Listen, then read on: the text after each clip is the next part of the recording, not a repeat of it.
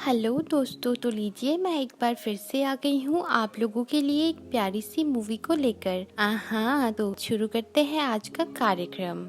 Film की शुरुआत में मैक्स को दिखाया जाता है। वो कभी अपने कुत्ते के साथ खेलता है तो कभी बर्फ की गुफाएं बनाता है। उसे इसी तरह शरारतें करते हुए दिखाया जाता है। तभी उसकी बहन क्लेयर के दोस्त उसके घर आते हैं। मैक्स उन पर बर्फ के गोलों से हमला कर देता है। वो लोग भी उसके साथ खेलने लगते हैं, पर वो मैक्स की बनाई बर्फ की गुफा को तोड़ देते हैं। ये देखकर मैक्स रोने लगता है, पर क्लेयर उसे इग्नोर करके चली जाती है। ये देखकर मैक्स को गुस्सा आ जाता है और वो क्लेयर की चीजों को तोड़ देता है और अपने कमरे में आकर सो जाता है। थोड़ी देर बाद मैक्स की मॉम घर आती है। मैक्स उन्हें सारी बात बताता है। फिर वो दोनों मिलकर क्लेयर के रूम को साफ करते हैं। मैक्स की मॉम ऑफिस के काम की वजह से परेशान होती है। मैक्स को ये देखकर बुरा लगता है। वो अपनी मॉम को खुश करने के लिए उन्हें एक स्टोरी सुनाता है जो उसने खुद ही सोची है। उसकी मॉम उसकी स्टोरी को टाइप करती है। अगले दिन मैक्स स्कूल जाता है। वहाँ उसकी टीचर उसे सोलर सिस्टम के बारे में पढ़ा रहे होते हैं और वो सभी बच्चों को बताते हैं कि एक दिन सूरज सारी दुनिया को निगल जाएगा, फिर इस दुनिया पर कुछ नहीं बचेगा। ये सुनकर मैक्स काफी डर जाता है। अब मैक्स घर पे अपने टॉयज के साथ खेल रहा होता है। उसके बाद वो अपनी मॉम को बुलाता है, पर वो अपने बॉयफ्रेंड के साथ होती है और मैक्स को इग्नोर कर देती है।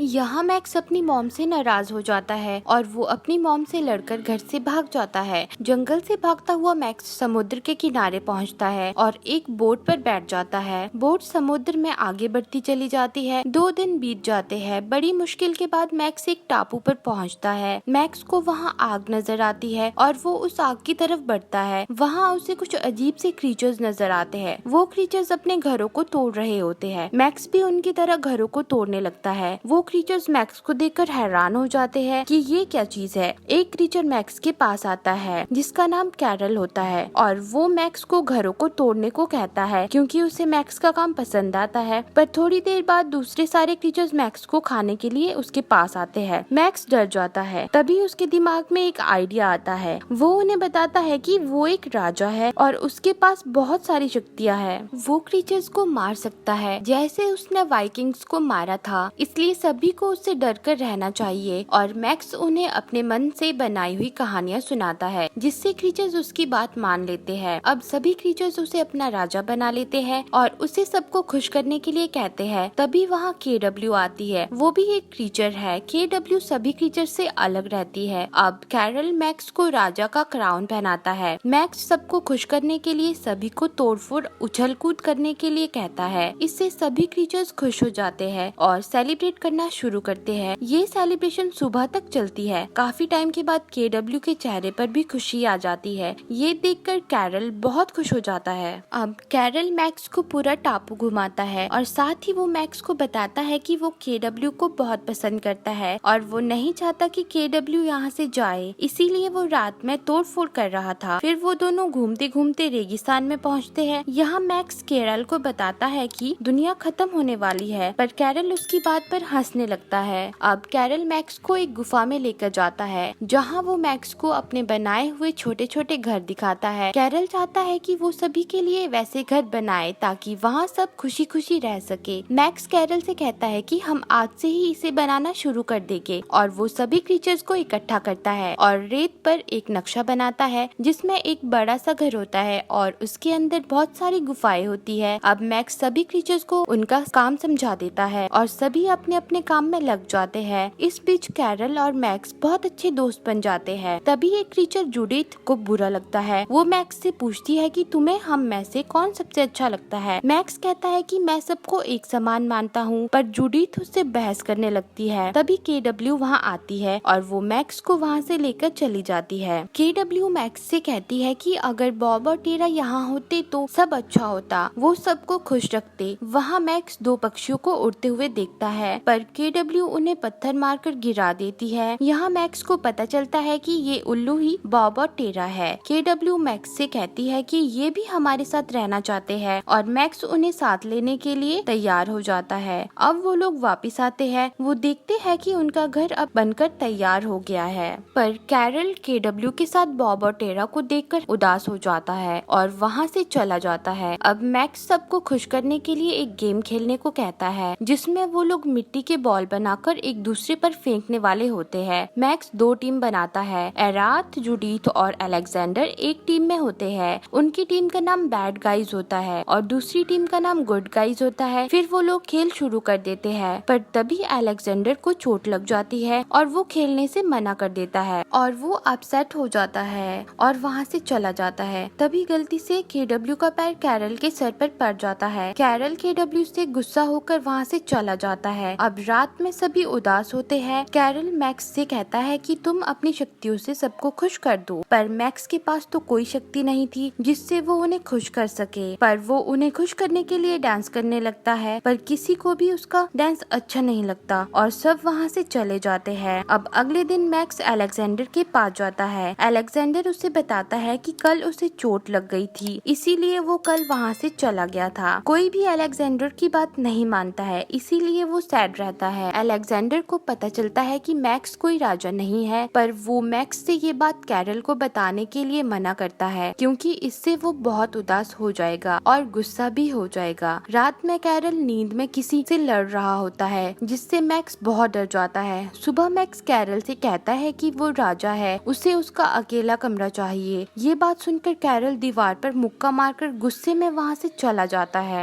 अब रात में कैरल फिर से तोड़फोड़ करना शुरू कर देता है और सबसे कहता है कि ये कैसा राजा है जिसने सबको अलग कर दिया है और पहले से ज्यादा दुखी भी। तभी डगलस कैरल से कहता है कि ये कोई राजा नहीं है, ये तो एक बच्चा है। कैरल ये बात सुनकर बहुत गुस्सा हो जाता है और डगलस की बाजू तोड़ देता है और मैक्स को खाने की बात करता है। उससे बचने के लिए मैक्स वहाँ से भाग जाता है और केडब्ल्यू के पास पहुँचता है। केडब्ल्यू उसे बचाने के लिए अपने मुंह के अंदर छुपा लेती है। कैरल केडब्ल्यू से मैक्स के बारे में पूछता है, पर केडब्ल्यू उससे कहती है कि उसे पता नहीं है। तब कैरल वहाँ से चला जाता है। अब मैक्स केडब्ल्यू को मुंह से बाहर निकालती है और वो केडब्ल्यू को बताता है कि कैरल केडब्ल्यू से बहुत प्यार करता है। केडब्ल्यू उसे कहती है कि ये सब चीजें बहुत उलझन भरी है और इसे कोई भी ठीक नहीं करने वाला है।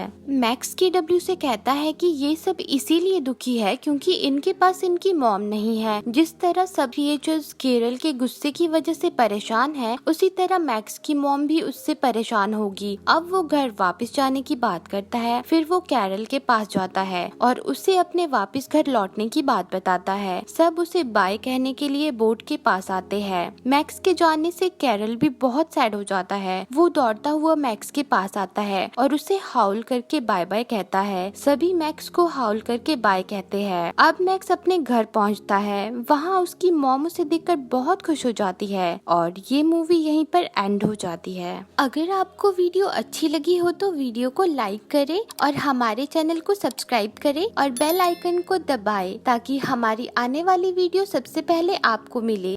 Thanks for watching.